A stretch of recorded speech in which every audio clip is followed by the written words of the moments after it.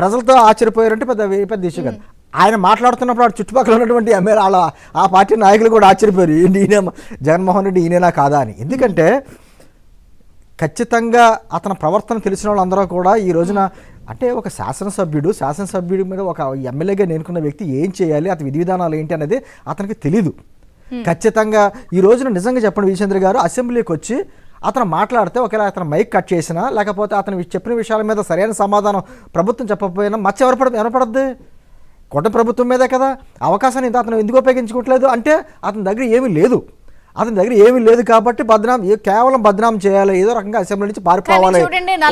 రోజుల్లోనే ఇంత చక్కగా ప్లాన్ చేశారు. అసలు గతంలో వారు అధికార పక్షంలో 151 వచ్చినా కూడా చేయలేకపోయారు. అంటే నేను అంటుంది విజయేంద్ర గారు, గతంలో ఆయన ప్రభుత్వానికి ఒక 60 మంది సలహాదారులు ఉన్నారు. 60 మంది అలా కాదు, సలహాదారులు ఉన్నారు. ఆ సలహాదారులు ప్రభుత్వంలో చక్కగా పాలన చేయడానికి సలహాలు ఇవ్వలేకపోయారు. కానీ ఇలాగే ఇప్పుడు మాత్రం ఇటువంటి కార్యక్రమాలకు మాత్రం మంచి సలహాలు ఇస్తున్నట్టున్నారు వాళ్ళకి. ఆయనకి ఇష్టమైనటువంటి సలహాలు. ఎందుకంటే గతంలో వారి పత్రికలో కావచ్చు, ఛానల్లో కావచ్చు అబద్ధాలు అసత్యాలు ఉండి ఇప్పుడు అన్నీ కూడా ఏడుపులు పెడపబ్బులు.